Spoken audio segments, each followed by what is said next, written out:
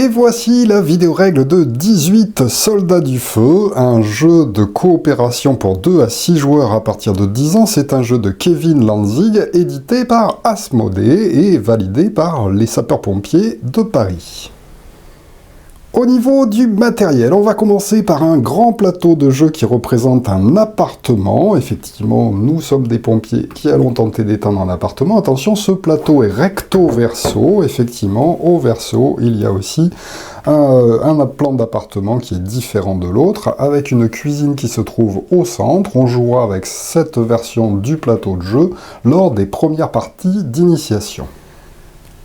Ensuite, vous allez trouver un ensemble de jetons portes qui sont fermés d'un côté et ouvertes de l'autre. On va tout d'abord les placer sur le côté fermé et on va les disposer sur les embrasures de porte qui se trouvent comme ceci dessinées sur le plateau de jeu. Donc hop, on les dispose sur tous les endroits où il y a ce symbole de porte ouverte. Ensuite, nous avons des jetons menaces qui d'un côté présentent du feu et de l'autre côté présentent de la fumée. On va tout d'abord en placer. Alors dans la version famille, ils sont placés à des endroits spécifiques du plateau de jeu qui sont indiqués dans la règle du jeu. Il y en a qui sont placés ici. Ensuite, il y en a 3 qui se suivent sur la gazinière dans la cuisine. Un autre qui se trouve ici. Et 3 autres dans la chambre des enfants à cet endroit-là. Ensuite, vous allez trouver des jetons HAS. Alors, qu'est-ce que c'est les HAS? Ce sont des habitants à sauver. Effectivement, parmi ces tuiles, il y a des tuiles présentant des petits personnages qu'il faudra tenter de sauver. Et puis, il y en a certains qui sont des fausses alertes, avec un côté comme ça, où il n'y a rien de représenté dessus. Avant de débuter la partie, vous allez retirer du jeu 2 habitants et une fausse alerte, que vous remettrez dans la boîte de jeu. Les autres seront bien mélangés, et après les avoir bien mélangés, vous allez en disposer 3 sur le plateau de jeu. Dans la version famille, on vous indique où il faut les mettre. Un sur les toilettes à cet endroit-là, un ici dans la cuisine, et un autre dans les autres toilettes qui se trouvent là. On ne sait donc pas si ces jetons sont des jetons fausses alertes ou des jetons personnages, car on les a bien mélangés avant de les placer. Alors, les marqueurs restants d'habitants à sauver seront disposés face cachée à côté du plateau de jeu, les marqueurs menaces de la même façon. Vous allez en plus trouver des petits jetons actions, comme ceci, qu'on disposera aussi à côté du plateau de jeu, et des cubes de dégâts structurels qu'on va aussi disposer à côté du plateau de jeu. Il va vous rester ensuite 2 dés, un dé normal en rouge et un dé spécial à 8 faces, que vous laisserez aussi à côté du plateau de jeu. Enfin, vous allez trouver des petits personnages pompiers, comme ceci, que vous allez pouvoir choisir. Effectivement, chacun peut choisir sa couleur et va récupérer aussi la plaquette insigne de la couleur de son personnage qu'il pourra laisser devant lui. Attention, si vous jouez à 2 ou à 3 joueurs, je vous conseille de jouer plutôt chacun avec 2 personnages, car effectivement, avec seulement 2 ou 3 pompiers sur les lieux, eh bien, c'est quand même très difficile de l'emporter. À ce moment-là, si vous jouez avec 2, eh bien, vous prendrez évidemment les 2 figurines correspondantes. Les personnages qui n'ont pas été sélectionnés seront remis évidemment dans la boîte. Alors attention, il doit vous rester du matériel supplémentaire. Nous avons des grandes fiches comme ça de pompiers, un marqueur d'ambulance, un marqueur de camion de pompiers, des petits marqueurs soins, des petits marqueurs produits dangereux et des petits marqueurs points chauds. Ils ne seront utilisés que dans la version avancée du jeu, donc pour le moment vous pouvez les remettre dans la boîte. Ceci étant fait, nous sommes prêts à débuter la partie, mais quel est le but du jeu? Eh bien, vous l'aurez compris, chacun va diriger un pompier d'une escouade qui va tenter d'aller sauver des habitants qui se trouvent à l'intérieur d'un immeuble. Attention, au fur et à mesure du jeu, les flammes vont peut-être se propager, il va peut-être y avoir des explosions qui vont petit à petit faire des dégâts structurels sur le bâtiment, au risque que celui-ci s'effondre avant que vous ayez réussi à sauver 7 personnages. Si vous arrivez à en sauver 7, vous gagnez la partie. Par contre, si le bâtiment s'effondre avant que vous n'ayez réalisé ceci, ou si jamais 4 habitants se trouvent tués par les flammes, eh bien malheureusement, vous perdrez tous ensemble la partie, car 18 Soldats du Feu est un jeu coopératif. On va jouer tous ensemble contre le jeu, et on gagnera donc soit tous ensemble, soit on perdra tous ensemble. Alors, avant de commencer la partie proprement dite, les joueurs vont prendre leur pion et le placer à l'extérieur du bâtiment sur la case de leur choix. Alors attention, il y a des portes qui sont ouvertes et qui donnent dans le bâtiment. Évidemment, il est mieux de se mettre devant ces portes pour pouvoir rapidement entrer à l'intérieur et commencer à aller sauver en fait les personnages représentés par ce point d'interrogation. Alors, une fois que chacun a choisi sa case de départ, on a le droit d'être plusieurs sur la même case, il n'y a pas de restriction par rapport à ça, et bien on va désigner un premier joueur. Donc là, par exemple, on pourrait se dire, allez, ça va être le joueur rouge qui sera le premier joueur, car il n'a pas très très loin à aller pour tenter d'aller sauver un habitant. Et ensuite, on jouera dans le sens des aiguilles d'une montre pendant toute la durée de la partie. Alors, lors du tour d'un joueur, celui-ci va éventuellement avoir trois choses à faire. Premièrement, il va pouvoir agir avec son pompier, et à ce moment-là, il aura le droit à 4 points d'action, et avec ces points d'action, il pourra réaliser diverses choses, comme se déplacer, ouvrir des portes, sauver des habitants, et éteindre le feu, évidemment, car il va falloir qu'on essaye d'éviter la propagation trop importante du feu dans le bâtiment. Une fois que le joueur aura agi, il devra faire progresser le feu. Effectivement, à chaque tour d'un joueur, d'abord il agit et ensuite le feu va progresser. Enfin, si jamais il n'y a pas assez de personnages sur le jeu à sauver, il va rajouter des personnages à sauver. Alors imaginons que ce soit au joueur rouge de commencer. Pour les déplacements, il va pouvoir avancer d'une case et ça lui coûtera donc 1 point. Nous avons vu qu'il a 4 points à dépenser. Donc par exemple, il pourrait décider de faire 1, car les portes ouvertes, on peut les traverser tout à fait normalement. 2, il arrive ici, et là il se retrouve devant une porte fermée. Pour 1 point d'action, on peut ouvrir une porte fermée ou bien fermer une porte ouverte. Là, comme elle est fermée au début du jeu, il décide de dépenser donc 1 point d'action pour ouvrir cette porte. Et ensuite, avec son dernier point d'action, puisque là il a fait 1, 2, 3, j'ouvre la porte, et bien 4, il peut rentrer à l'intérieur de cette pièce. Attention, il ne peut pas encore savoir si ceci est vraiment un habitant à sauver, car il faudra arriver sur la case du personnage pour le retourner. Une fois qu'il a fini son tour d'action, il l'annonce et il va lancer les 2 dés spéciaux pour faire apparaître un nouveau marqueur fumé. Effectivement, on va prendre un marqueur fumé sur la réserve des marqueurs. Ils sont recto-verso avec du feu et de la fumée d'un côté. Il va lancer donc ces 2 dés et on va regarder sur quelle case du plateau de jeu ça tombe. Effectivement, ici, il y a les chiffres correspondant au dé noir et là, les chiffres correspondant au dé rouge. Donc là, par exemple, le 1, 6 en rouge, eh bien, ça va tomber à cet endroit-là et donc il va, à ce moment-là, rajouter un marqueur fumé sur cette case. Ensuite, en fonction de l'endroit où on a placé des fumées, on regardera s'il n'y a pas de propagation du feu, car effectivement les jetons fumés qui se trouveront à côté du feu, eh bien, vont s'embraser aussi. Là, ce n'est pas le cas. La fumée est tombée sur une case où il n'y a rien autour. On va donc pouvoir passer au tour du joueur suivant.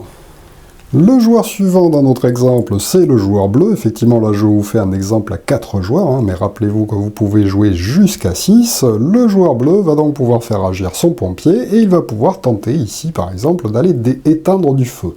Donc, 4 points d'action. 1 point d'abord pour se déplacer et ensuite, il désire éteindre le feu qui se trouve devant lui. Effectivement, les déplacements ne se font qu'en sens orthonormé, les diagonales sont interdites, et pour éteindre le feu, eh bien c'est pareil, on ne peut pas éteindre du feu qui se trouve en diagonale.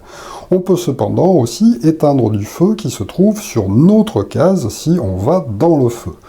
Donc là, le joueur bleu, en fait, peut aller sur cette case, et s'il le souhaite, il aurait le droit de traverser des cases de feu. Mais rentrer dans une case où il y a du feu va coûter 2 points d'action. De la même façon, éteindre une case où il y a du feu va aussi coûter 2 points d'action. Donc là, notre pompier a tout intérêt à plutôt rester sur cette case pour 1 de mouvement, et puis ensuite il lui reste 2 points à utiliser. Il pourrait dire « Allez, j'éteins complètement ce feu-là pour 2, et il me reste 1 point d'action. » Je pourrais par exemple décider de me rendre ici. Alors attention, les pompiers ne sont jamais obligés d'utiliser la totalité de leur pion. Donc là, le joueur bleu aurait très bien pu décider d'avancer ici, d'éteindre le feu ici pour 2, ça lui fait un total de 3, et décider de rester à cet endroit-là. À ce moment-là, il économise donc un point d'action qu'il n'a pas utilisé. Il va donc prendre un marqueur d'action et il va pouvoir le disposer sur son badge. Il pourra l'utiliser à un tour suivant, en fait, pour pouvoir se rajouter un point d'action, c'est-à-dire qu'au tour d'après, au lieu de faire 4 actions, il pourra faire éventuellement 5 actions en utilisant ce marqueur. Attention cependant, nous sommes limités à 4 jetons accumulés sur notre badge. Son tour est alors terminé, il lance donc les dés pour faire apparaître un nouveau marqueur fumé. Donc ici, il obtient par exemple le 5, 6, c'est ici, il n'y a rien, on place donc un marqueur fumé à cet endroit-là. Notre joueur suivant est le joueur vert. Alors attention, il est aussi possible de casser des murs. Effectivement, il y a des marqueurs comme ceux-ci qui sont des marqueurs de dégâts que les joueurs pourront mettre sur les différents murs du jeu de façon à les traverser sans utiliser de porte. Le joueur vert, donc par exemple, pourrait décider de faire un point d'action, 2 points d'action et de commencer à creuser le mur. À ce moment-là, ça coûte 2 points d'action d'utiliser sa hache pour commencer à percer un trou. Donc paf, avec 2 points d'action, il pourrait installer un cube sur ce mur pour indiquer qu'il a commencé à le casser. Par contre, un mur ne sera complètement cassé que s'il y a 2 marqueurs de dégâts à cet endroit-là. Donc là, il ne peut en mettre qu'un lors de son tour, car il a déjà utilisé tous ses points d'action. C'est évidemment pour tenter d'aller sauver l'habitant qui se trouve à cet endroit-là. Et donc, son tour est terminé, il va lancer les dés pour faire une propagation du feu. Hop, il lance, il obtient le 8-4. Le 8-4, c'est ici. Il prend donc un marqueur de fumée qu'il ajoute là. On passe au tour du jour suivant. Le joueur suivant, le joueur orange, se trouve à cet endroit-là. Ici, il y a de la fumée. Alors la fumée est un peu plus facile à éteindre que le feu. Effectivement, cela ne coûte qu'un seul point d'action d'éteindre une fumée. Et de la même façon, lors du déplacement, ça ne coûte qu'un seul point d'action de se rendre sur un endroit où il y a de la fumée. Alors que je vous le rappelle, si jamais vous traversez des cases avec du feu, ça vous coûte 2 points d'action. Donc là, notre joueur orange pourrait décider d'utiliser un point d'action pour éteindre la fumée à une case de 1. Hop, 1 point, 2 points, il se déplace, et puis par exemple, avec 3 et 4, il pourrait décider de lui aussi commencer à creuser un trou ici pour tenter d'atteindre ce personnage. Ceci étant fait, il lance les dés pour faire la propagation du feu. 6, 6. Attention, là ça tombe, son marqueur de fumée, sur une case où il y a déjà du feu. À chaque fois que ceci va arriver, malheureusement, il va y avoir une explosion. Alors, lorsqu'il y a une explosion comme ceci, eh bien, le feu va se propager dans les 4 directions qui sont autour de la case que l'on a ciblée. Donc là, par exemple, bam, ça va partir par là. Ici, comme il n'y a rien, eh bien, on va rajouter un marqueur feu sur cette case. Ensuite, on va regarder dans les autres sens. Ici, comme il y a déjà un marqueur feu juste à côté, eh bien, il va y avoir une onde de choc qui va se propager sur la ligne. Tant qu'il y a du feu, on va continuer et on placera au bout de cette ligne un nouveau marqueur feu. Mais attention, ici cas particulier, on va tomber sur un mur. Et bien lorsqu'on tombe sur un mur, boum, l'explosion va infliger un dégât structurel au bâtiment et on va donc mettre un marqueur de dégâts sur ce mur. Ensuite, on va regarder les autres directions. Dans ce sens-là, boum, on va tomber sur une porte. Quand on tombe sur une porte qui est fermée, eh bien celle-ci va tout simplement être soufflée. Ouf, elle est détruite, et voilà. C'est tout ce qui se passe. Si une porte est déjà ouverte, eh bien à ce moment-là, la propagation aussi se fait en suivant les feux qui sont posés les uns à côté des autres. Là, ce n'était pas le cas. Boum, il y a juste la porte qui se fait souffler. Dans l'autre direction, ici en bas, il y a aussi un mur, donc on rajoute aussi un dégât structurel à cet endroit-là. Et l'explosion est donc terminée, on va pouvoir retirer ce jeton. Une fois l'explosion résolue, on va vérifier sur le plateau de jeu et partout s'il n'y a pas des marqueurs fumés qui se retrouvent à côté du feu, car effectivement, lorsque c'est le cas, ici par exemple la porte s'est ouverte, et bien boum, ça, la fumée se transforme aussi en marqueur feu. Alors vous comprenez qu'évidemment, ce genre de développement peut entraîner en fait carrément des réactions en chaîne. Imaginons que là il y ait eu donc une fumée, mais qu'il y ait aussi deux autres fumées à cet endroit-là, et bien là, bam, ça se transforme en feu, et donc immédiatement, toutes les fumées qui sont adjacentes à un feu se transforment aussi en feu, et donc il peut y avoir comme ceci des embrasements généralisés. Mais le tour du joueur orange est donc terminé, on passe maintenant au tour du joueur rouge. Alors là, il se trouve à côté d'un endroit où il y a un marqueur d'habitants à sauver. Pour un point d'action, il décide d'aller dessus, et dès qu'un pompier arrive sur une case où il y a un personnage, eh bien on le retourne pour voir si c'est un vrai personnage, ou si c'est un marqueur qui indique qu'il n'y a personne.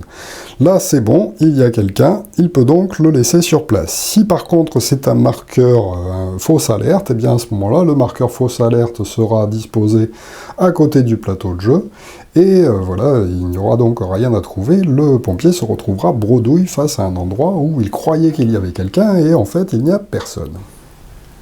Alors, ce n'est pas le tout de trouver les personnes, mais évidemment, il va falloir les sauver. Et pour les sauver, il faut tout simplement parvenir à les faire sortir à l'extérieur du bâtiment. Donc là, notre joueur rouge a fait un point d'action. Ensuite, il va pouvoir commencer à déplacer le personnage. Pour déplacer un personnage et l'emmener avec soi, eh bien malheureusement, ça va nous coûter un point d'action de plus, c'est-à-dire 2 points d'action. Donc là, 1 point pour aller ici, et puis 2 points pour aller là, il lui reste donc plus que 1 point d'action. Malheureusement, avec son point d'action, il ne va pas pouvoir faire grand-chose, puisqu'il ne peut pas transporter en fait le personnage. À ce moment-là, il pourra décider de partir s'il le souhaite en laissant le personnage sur cette case, mais en sachant qu'il faudra y revenir pour venir le sauver. Donc là, il n'y a pas grand intérêt. Qu'est-ce qu'il pourrait faire avec le dernier point d'action qui lui reste? Il pourrait décider de fermer une porte. On peut tout à fait fermer les portes aussi, pour un point d'action, si elles ne sont pas détruites complètement, hein, évidemment. Si jamais elle a été soufflée par une explosion, une porte n'est plus refermable. Mais là, c'est pas très intéressant, car il lui faudra réouvrir cette porte plus tard. Donc pour l'instant, il va la laisser ouverte, et il décide de ne pas utiliser son dernier point d'action pour accumuler un point d'action qu'il pourra utiliser sur un tour suivant. Il prend donc un petit jeton et le met sur son badge. Il lance alors les dés pour faire la propagation du feu. Le 1-4, ça se trouve à cet endroit-là. Pof, il rajoute un marqueur fumé, en fait, sur le pompier vert qui se trouve à cet endroit-là. Alors, les pompiers peuvent très bien rester sur les cases où il y a de la fumée. Par contre, ils ne doivent pas se trouver sur des cases où il y a du feu à la fin de leur tour, car sinon, ils vont se retrouver embrasés, ils auront des problèmes. Donc là, ça va pour le moment. C'est juste de la fumée.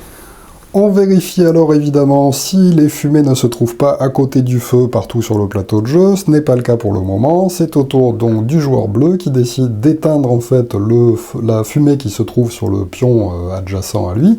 Donc 1 point d'action, 2 points d'action, 3, 4. Pour 4 points d'action, il décide de faire un deuxième trou dans le mur. Et donc à partir du moment où il y a 2 cubes, on va pouvoir traverser tout simplement ces cases-là. Comme il lui restait un point qu'il n'avait pas utilisé au tour d'avant, il décide de l'utiliser maintenant pour avoir une action supplémentaire, et à ce moment-là, il peut se déplacer ici. Comme il arrive sur un endroit où il y a un personnage, il le retourne au un gentil petit chat qu'il va falloir sauver comme un habitant. On fait alors la propagation du feu, le 5-3. 5-3, malheureusement, ça tombe ici. Il y a donc une explosion qui va se déclencher. On peut laisser un petit marqueur ici pour se rappeler. Boum, le feu se propage sur cette case. Boum, il se propage sur cette case. Boum, il se propage ici. Il se propage ici. Il arrive donc jusqu'à la porte. Fouf, qui se fait souffler. Et ensuite, vers le haut, pan, on va donc mettre un dégât structurel ici. Et l'explosion a été résolue. On vérifie qu'il n'y ait pas de marqueur fumé qui se trouve à côté du feu, et c'est donc au tour des joueurs suivants. Alors attention, pendant leur déplacement, les joueurs ont le droit d'aller sur les endroits où il y a de la fumée, ça leur coûte pas de déplacement supplémentaire, ça coûte 1 de se rendre sur la fumée, et ils peuvent très bien rester en fait sur une case de fumée. De la même façon, les habitants à sauver, en fait, peuvent se trouver sur des cases où il y a de la fumée, c'est pas grave. Par contre, ils sont toujours inconscients, il faudra donc payer 2 points d'action pour pouvoir se déplacer avec un habitant. Et on ne peut pas accumuler plusieurs habitants sur son dos. Évidemment, on peut en transporter que un par un, même les petits chats. En revanche, pour le feu, les joueurs n'ont pas le droit en fait de finir leur déplacement sur du feu. Il leur sera possible de traverser une case de feu pour 2 points d'action, mais par contre, ils ne pourront pas y rester. Que va-t-il se passer si jamais un pompier se retrouve attrapé par le feu? Donc par exemple, s'il se trouve ici et qu'il y a une explosion sur cette ligne-là, on mettrait donc un marqueur feu sur le pompier, et dès que du marqueur feu arrive sur un pompier, celui-ci est soufflé, et malheureusement, il sera donc hors service. On va donc le placer sur la case ambulance la plus proche de l'endroit où il se trouve. Donc comme il est ici, hop, on le placera sur une de ces 2 cases au choix des joueurs. Donc là, pour qu'il puisse re-rentrer, le mieux c'est peut-être de le mettre devant la porte. En revanche, si un marqueur feu apparaît sur une case où il y a un habitant à sauver, eh bien malheureusement celui-ci sera perdu et on le placera sur cet endroit-là qui est la zone des personnages perdus par les joueurs. Attention, si on en place un 4e à cet endroit-là, tous les joueurs perdront la partie immédiatement. Alors, pour les pompiers qui se sont fait souffler, qui se retrouvent sur une case ambulance, il n'y a pas de modification du jeu. Ils pourront repartir tranquillement au tour d'après, à partir de la case où ils sont arrivés, en sachant que ça leur fait juste perdre du temps parce qu'ils se retrouvent à l'extérieur du jeu. Évidemment, si un pompier se fait souffler alors qu'il y a un personnage qu'il était en train de transporter, eh bien le personnage est perdu, et le pompier se retrouve sur une case ambulance. Alors, nous l'avons vu, pour sauver des habitants, il suffit d'arriver à les transporter petit à petit jusqu'à l'extérieur du bâtiment. Dès qu'on va passer à l'extérieur, eh bien immédiatement, les personnages seront sauvés et ils seront disposés sur la case sapeurs-pompiers de Paris, qui est la case donc des personnes secourues. Si vous réussissez donc à sauver 7 personnes et à les placer sur cette case, vous remporterez la partie. Mais attention, rappelez-vous que si jamais il y en a 4 qui se font tuer, vous perdrez la partie. Dernière chose, on peut aussi perdre la partie à cause des dégâts de structure. Effectivement, le nombre de cubes est limité, et donc à chaque fois qu'il y a des explosions et qu'on rajoute des cubes sur le jeu, ou à chaque fois que les pompiers décident de casser un mur et donc de mettre des dégâts, eh bien petit à petit, ça va rendre le bâtiment de plus en plus fragile. Si jamais vous êtes obligé de placer le dernier cube de dégâts de structure sur le bâtiment, eh bien immédiatement, celui-ci va s'écrouler. Tous les pions de personnages qui restera à ce moment-là et qui n'ont pas encore été placés sur le jeu seront considérés comme tués et on les placera donc sur cette case-là. Malheureusement, souvent, ça fait perdre la partie. Alors attention, il doit toujours y avoir 3 jetons habitants à sauver dans l'immeuble. Donc on regardera à la fin du tour de chaque joueur, après qu'il ait fait la propagation du feu, s'il reste bien 3 jetons d'habitants à sauver. On compte à la fois ceux qui sont encore cachés et à la fois ceux qui sont visibles. Donc là par exemple, je viens de sauver un personnage, et bien à ce moment-là il n'en reste que 2, donc à la fin du tour du joueur rouge, celui-ci va lancer les dés pour faire apparaître un nouvel habitant. Donc là par exemple, 2, 5, il apparaîtrait immédiatement ici sur son côté caché. Si on le fait apparaître directement sur un endroit où il y a un pompier, imaginons qu'un pompier soit là et puis qu'il apparaisse ici, et bien immédiatement on le révèle. Si jamais c'est une fausse alerte, elle est immédiatement défaussée, et donc du coup on va relancer les dés pour faire apparaître un nouvel habitant à sauver à un autre endroit. Si par contre c'est un personnage, et bien à ce moment-là, le pompier l'a tout de suite découvert, et donc ce sera beaucoup plus facile de le faire sortir.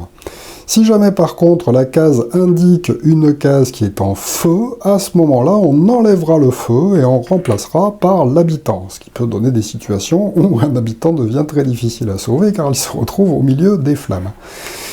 Si c'est un marqueur fumé, de la même façon on enlèvera le marqueur fumé pour laisser l'habitant à sa place. En revanche, s'il tombe sur un endroit où il y a déjà un autre habitant, et bien à ce moment-là on relancera les dés pour le placer à un autre endroit. Et voilà, la partie se poursuit donc ainsi, jusqu'à ce qu'on soit parvenu à une condition de victoire, c'est-à-dire sauver 7 habitants, et puis si on arrive à en sauver 7, on peut même continuer la partie pour tenter d'en sauver plus. Par contre, si jamais il y en a 4 qui se font tuer, malheureusement, on a tous perdu la partie ensemble. De la même façon, si le bâtiment s'écroule et qu'on n'a pas réussi à sauver 7 habitants, eh bien on perd la partie tous ensemble. Alors, après quelques parties en mode d'initiation, le mode famille, vous allez pouvoir jouer avec la version avancée du jeu qui est beaucoup plus complexe car on va pouvoir faire intervenir des capacités spéciales de personnages. On va donc prendre tous les jetons supplémentaires qu'il y a dans la boîte, c'est-à-dire les marqueurs de points chauds, les marqueurs de produits dangereux, les marqueurs de soins, le camion de pompiers et l'ambulance, ainsi que toutes les plaquettes présentant les différents personnages. Ensuite, vous allez pouvoir choisir un niveau de difficulté. Effectivement, vous pouvez jouer en niveau Piaf, en niveau Soldat du Feu ou en niveau SARS. C'est indiqué en fait sur la règle du jeu. Donc évidemment, il faut mieux commencer par le niveau Piaf qui est à peu près de la même difficulté que la version de base familiale du jeu. Donc à ce moment-là, ça vous indique dans le jeu qu'on va commencer par 3 explosions initiales et le placement de 3 produits dangereux à l'intérieur du bâtiment. Alors attention, la première de ces explosions initiales se déroulera toujours dans un endroit qui est déterminé par la règle du jeu, car effectivement, on vous indique que la première explosion, on ne lancera que le dé noir pour déterminer sur quelle case cible va apparaître cette première explosion. Donc à ce moment-là, on prend le dé noir, et là par exemple, ça nous indique 3, donc on regarde sur la règle du jeu, 3 ça va correspondre à la case 3 rouge, 5 noirs. Donc on regarde 5 noirs et 3 rouges, ça va correspondre à cet endroit-là. Et boum, on va réaliser une première explosion. Donc là, c'est carrément une explosion qui se déroule sur cette case. Donc on fait comme pour les explosions de la version famille. Bam, ça va donc toucher toutes les cases qui se trouvent adjacentes à celle-ci. Et là, il y a déjà un dégât de structure sur ce mur. Ensuite, sur la case où l'explosion s'est produite, on va rajouter un petit triangle qui va indiquer un point chaud. Nous verrons plus tard qu'est-ce qui se passe avec ces points chauds.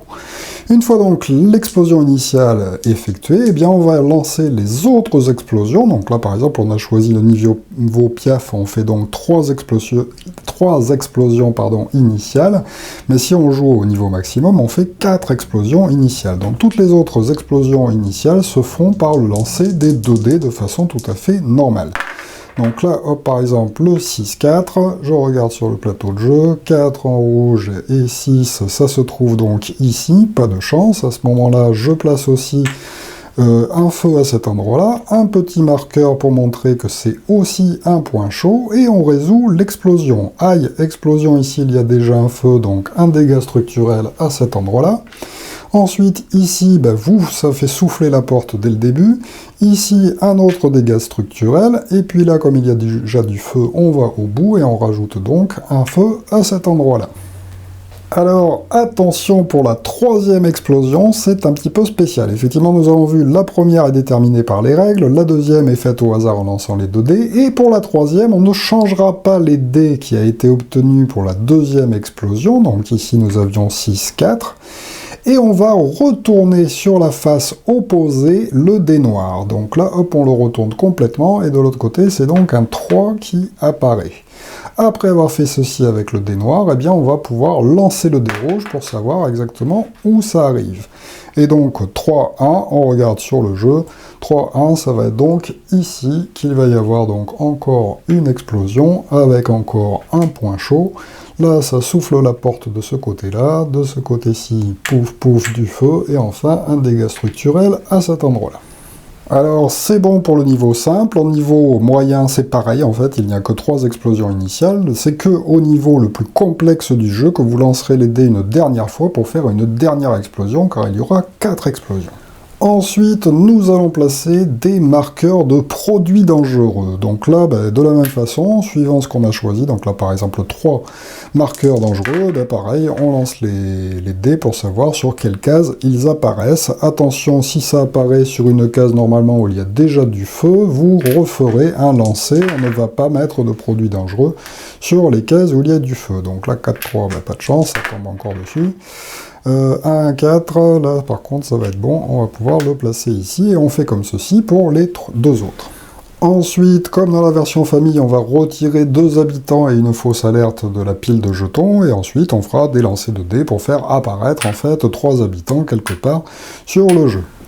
Ensuite, les joueurs vont pouvoir se mettre d'accord pour choisir chacun une carte de spécialiste. Effectivement, chaque personnage va avoir des capacités spéciales et peut-être un nombre de points d'action à dépenser lors de son tour différent de celui des autres joueurs. Donc nous avons comme ceci plein de personnages différents que l'on peut choisir. Évidemment, on peut lire à tout le monde ce qu'il y a indiqué sur leur capacité spéciale avant que chacun choisisse son personnage et le place à côté de son insigne et de son personnage pompier.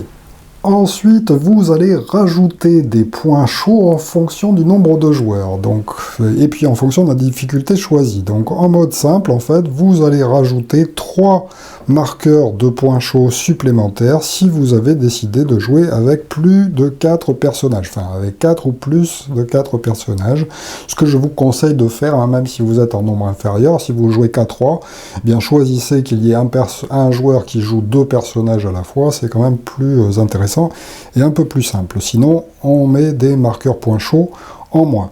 Pareil que pour le reste du jeu, en fait, vous lancez les dés pour mettre ces points chauds à des nouveaux endroits. Si jamais ça tombe sur un endroit où il y a déjà un point chaud, vous relancez pour placer le point chaud à un autre endroit. Et donc, vous aurez donc ainsi, dans ce mode de base, imaginons par exemple 3 points chauds supplémentaires qui viendront se rajouter et qui peuvent très bien tomber sur une case, par contre, où il y a du feu ou où il y a un habitant, ça pose pas de problème.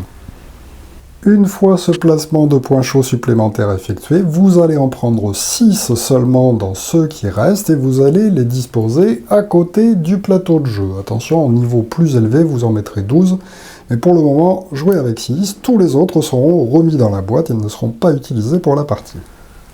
Ensuite, vous allez pouvoir discuter entre vous où vous décidez de placer l'ambulance et où vous décidez de placer le camion de pompiers. Ils ne peuvent être placés que sur les cases correspondantes. Donc celle-ci avec la croix, ça correspond à l'ambulance, qu'on peut donc placer à 4 endroits différents. Et pareil pour le camion de pompiers. Donc en fonction de l'endroit, là par exemple, on pourrait dire, bon allez, hop, on va mettre le camion de pompiers ici. Et puis l'ambulance, ça va être pour sauver les personnes, on va la mettre là, car il y a quelqu'un qui n'est pas très loin à aller chercher. Comme dans la version de base, il ne nous reste plus qu'à choisir où chacun place son personnage à l'extérieur du bâtiment. Il peut être très bien sur une case où il y a déjà un véhicule, pardon. Nous sommes alors prêts à démarrer et le but du jeu reste le même que dans la version de base, c'est-à-dire sauver 7 habitants avant qu'il y en ait 4 qui meurent. Attention, maintenant il y a donc les véhicules. Nous avons donc l'ambulance. Effectivement, pour pouvoir sauver un habitant, maintenant, non seulement il faudra parvenir à le faire sortir du bâtiment, mais en plus il faudra l'amener sur une case où se trouve l'ambulance. Alors attention, les véhicules occupent toujours les 2 cases qui leur sont réservées, donc l'ambulance pourra tourner autour du plateau de jeu de case ambulance à case ambulance, comme ceci, dans un sens ou dans l'autre, au choix des joueurs. De la même façon pour le camion de pompier qui lui se déplacera sur les cases de camion de pompier.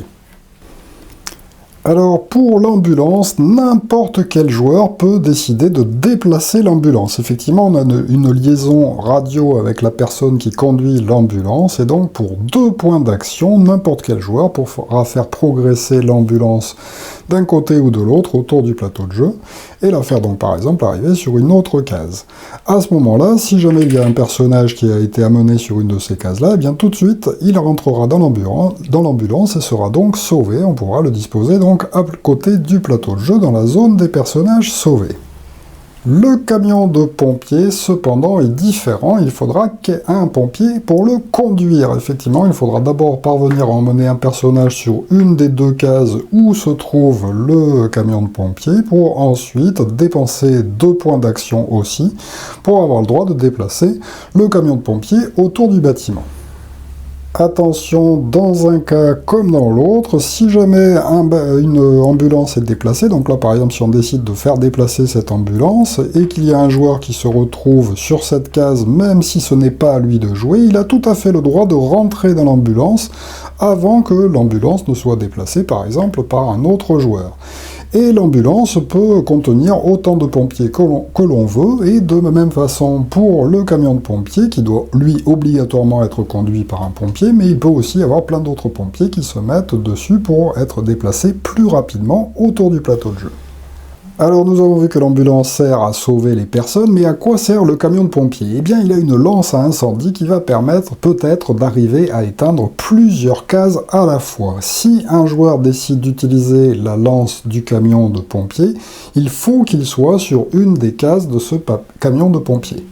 À ce moment-là, il devra dépenser 4 actions, c'est-à-dire en général la totalité des actions qu'il a, pour pouvoir tenter d'éteindre en fait un foyer. Alors attention, il y a des petits pointillés qui sont dessinés sur le plateau de jeu et qui délimitent une zone d'action pour le camion en question. Après avoir décidé d'utiliser la lance, on va lancer les 2 dés et ça va normalement nous indiquer une de ces cases-là. Si jamais le lancer de dés ne fait pas arriver dans cette case, donc là par exemple le 8 noir alors que ça s'arrête à 4 noirs la zone, à ce moment-là on prendra le dé, on le retournera sur sa face opposée. Donc là ça va se transformer en 1-3, et donc c'est à cet endroit-là que la lance va asperger. Elle asperge la case et les 4 cases qui se trouvent à côté, à condition qu'elles ne soient pas séparées par des murs. Là, par exemple, pas de chance, ça va donc mouiller cette case-là et les 4 cases qui sont autour. Comme il n'y a pas de feu, il ne va rien se passer de spécial. Par contre, si jamais ça avait visé, par exemple, ici, eh bien, ça aurait éteint tous les feux qui se trouvent sur cette case-là et les 4 à côté. On aurait donc pu éteindre d'un seul coup, en fait, 2 flammes à cet endroit-là. De la même façon, si ça avait été effectué sur cette case-là, on aurait éteint ces 3 feux d'un seul coup. Attention, l'eau ne traversera pas les murs, donc si par exemple on le fait ici alors qu'il y a un feu là, eh bien ça va éteindre cette case-ci, mais ça n'éteindra pas celle-là, car il y a un mur qui sépare en fait les 2 endroits. Vous comprenez donc qu'utiliser la lance à incendie peut être intéressant, mais uniquement dans une zone où il y a déjà beaucoup de feu. Et attention, il y a aussi une condition, on ne peut pas le faire si jamais il y a un ou plusieurs pompiers qui se trouvent à l'intérieur de la zone. Donc là, même s'il y avait quelqu'un à cet endroit-là, je n'aurais pas pu utiliser la lance car c'est trop dangereux. En revanche, si par exemple un personnage se retrouve ici, imaginons, et puis que la lance vise ici, eh bien à ce moment-là, il se prendra de l'eau, le pompier, mais ce n'est pas grave. Quand ils se prennent de l'eau, il ne se passe rien de spécial. Par contre, interdit de l'utiliser si le personnage se trouve dans la zone. Alors attention, nous avons vu que chaque joueur aussi possède un spécialiste qu'il choisit en début de partie. En haut, ça lui indique le nombre de points d'action normaux qu'il peut utiliser pendant la partie, mais en général en bas, on peut lui indiquer qu'il a des points supplémentaires par rapport à ceux-ci pour faire certaines actions en fonction de sa capacité. Donc là, par exemple, le spécialiste nucléaire, radiobiologique, bactériologique et chimique, il peut se débarrasser pour 2 points d'action. Nous allons voir après à quoi ça correspond. Alors il est à noter qu'on laisse toutes les cartes de spécialistes qui ne sont pas utilisées à côté du plateau de jeu, car pendant le tour d'un joueur, celui-ci peut décider de faire une action spéciale en utilisant 2 points d'action. Il aura le droit d'échanger immédiatement son spécialiste contre un autre spécialiste de son choix, et ainsi bénéficier de ses pouvoirs avec éventuellement les 2 points d'action restants qui lui restent.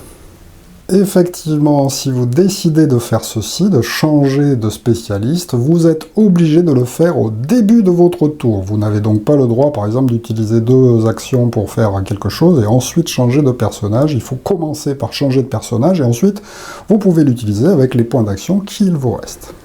Alors, parlons maintenant des produits dangereux. Nous avons vu que nous avons placé des produits dangereux sur le jeu. Si jamais du feu se propage sur ces cases, donc tant que c'est de la fumée, c'est bon, mais si imaginons qu'il y ait de la fumée qui se place, et donc elle soit à côté d'un feu, paf, elle se transforme en feu, et bien malheureusement, le produit inflammable va exploser, et à ce moment-là, immédiatement, on fera une explosion à partir de cette case.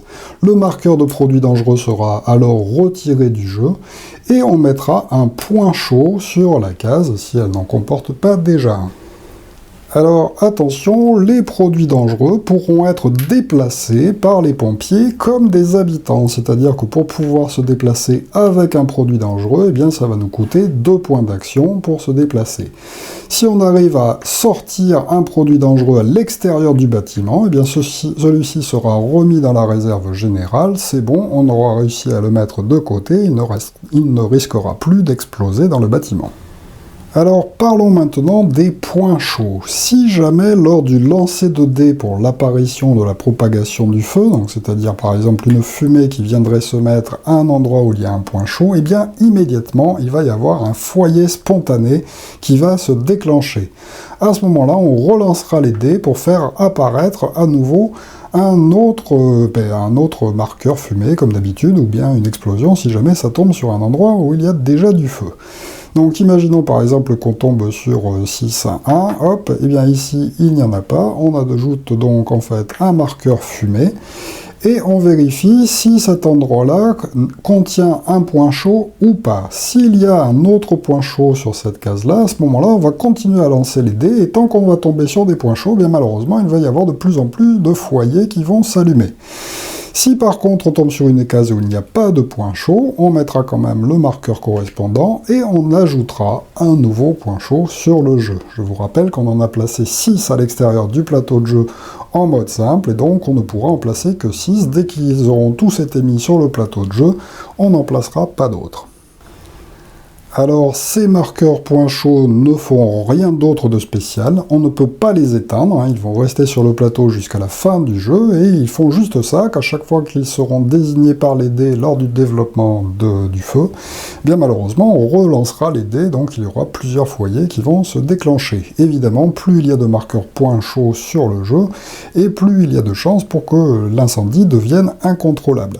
Évidemment, à la fin du tour, ici, comme là, c'est à côté du feu, et bien boum, ça s'embraserait partout. Pour le reste, ça se déroule exactement de la même façon, sauf que lorsqu'un pompier va se retrouver embrasé par du feu, et bien, au lieu d'être mis à l'extérieur du plateau de jeu sur une case ambulance, il sera placé forcément sur une des deux cases où se trouve l'ambulance à ce moment-là du jeu. Enfin, pour les différences, lors du placement de nouveaux personnages à sauver, c'est-à-dire lorsqu'on en met un dans l'ambulance, ou bien qu'il y en a un qui se fait tuer, ou bien qu'on a révélé un jeton où il n'y a personne, et bien à ce moment-là, on lancera les dés de la même façon, mais si on tombe sur un endroit où il y a du feu, on n'enlèvera pas le feu comme dans la version de base pour le remplacer par le personnage. On va juste suivre les petites flèches qui sont indiquées sur le plateau de jeu. Donc là, par exemple, il y a une petite flèche bleue, imaginons que le personnage devrait tomber ici, on suit la flèche, on devrait le mettre là. Ah, c'est occupé, on suit, ah, c'est ici qu'il y a une case vide, on peut le mettre donc à cet endroit-là.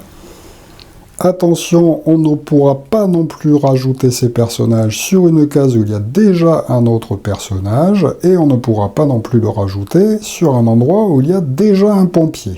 Pareil, on suivra les flèches, et jusqu'à ce qu'on tombe sur une case valide. Si jamais toutes les cases sont bloquées et qu'on ne peut pas le mettre, donc là par exemple si tout était pris par du feu et qu'on n'arrive pas à le placer, à ce moment-là on relance les dés pour le placer à un autre endroit. Voilà donc pour 18 Soldats du Feu, donc un excellent jeu, alors qui est adapté d'un jeu américain qui s'appelle Flashpoint, et qui donc ici a été vérifié par le chef des sapeurs-pompiers de Paris, dont la devise est « Sauver ou mourir » d'ailleurs. Donc là, la plupart du temps vous allez mourir, hein, vous allez voir que c'est assez difficile quand même de gagner les parties, même en mode simple, car il peut y avoir des moments où malheureusement par le lancer des dés, eh bien, tout se passe au même endroit, et donc il y a des déclenchements d'explosions qui fassent s'écrouler l'immeuble très rapidement. Donc n'oubliez pas que le but du jeu c'est quand même de sauver un maximum de personnages, mais qu'éteindre les foyers de feu vont vous permettre aussi de temporiser et d'empêcher l'immeuble de s'écrouler trop tôt, et donc de vous faire perdre la partie prématurément. Voilà, je ne vais pas vous présenter en fait toutes les capacités spéciales en détail des personnages. Sachez cependant qu'il y a un conducteur qui a donc 4 points d'action s'il le veut et qui a le droit d'utiliser la lance du camion pour 2 points d'action. Donc si vous choisissez ce personnage, il aura tendance à rester dans le camion et à faire le tour pour tenter d'éteindre les foyers d'incendie. En plus, lorsqu'il utilisera la lance, il aura une capacité spéciale lui permettant de viser plus facilement en fait un endroit en particulier du plateau de jeu. Nous avons le spécialiste qui permet de retirer en fait des marqueurs de produits dangereux sur les cases carrément où il se trouve. Il ne sera pas obligé de faire sortir les produits dangereux du jeu, donc c'est intéressant. le médecin qui pourra réanimer en fait les personnes. Effectivement, il va pouvoir en fait faire que les personnages, on les déplace en n'utilisant qu'un seul point d'action au lieu de deux, une fois qu'il les aura ranimés. Donc c'est intéressant. Le servant qui n'a pas de capacité spéciale mais qui a 5 points d'action. Le commandant des opérations de secours, le COS, qui a 2 points de commandement à ajouter à ses 4 points d'action, donc au total ça peut lui faire 6 points. Grâce à ces points de commandement, il va pouvoir faire bouger d'autres joueurs, mais uniquement pour des déplacements, il pourra leur permettre de se déplacer lors de son tour. Nous avons le spécialiste de caméra thermique qui va lui pouvoir retourner des jetons d'habitants à sauver, même s'il n'est pas à côté d'eux, donc c'est assez sympathique pour savoir si ça vaut la peine d'aller jusqu'à un endroit qui est cerné par du feu, par exemple. Nous avons le sauveteur qui a 3 points de déplacement supplémentaires, donc c'est-à-dire que s'il ne fait que se déplacer, il pourrait utiliser 7 points pour se déplacer, et qui peut détruire en fait un mur pour 1 point d'action au lieu des 2, donc c'est sympa. Le chef d'équipe qui a 3 points d'action et 3 points d'action supplémentaires, mais uniquement pour éteindre des feux, donc lui spécialiste du feu. Et voilà, vous allez donc pouvoir naviguer entre tous ces personnages-là pour tenter de vous en sortir en mode difficile. Voilà, merci de m'avoir suivi et à très bientôt pour une nouvelle vidéo règle. Au revoir.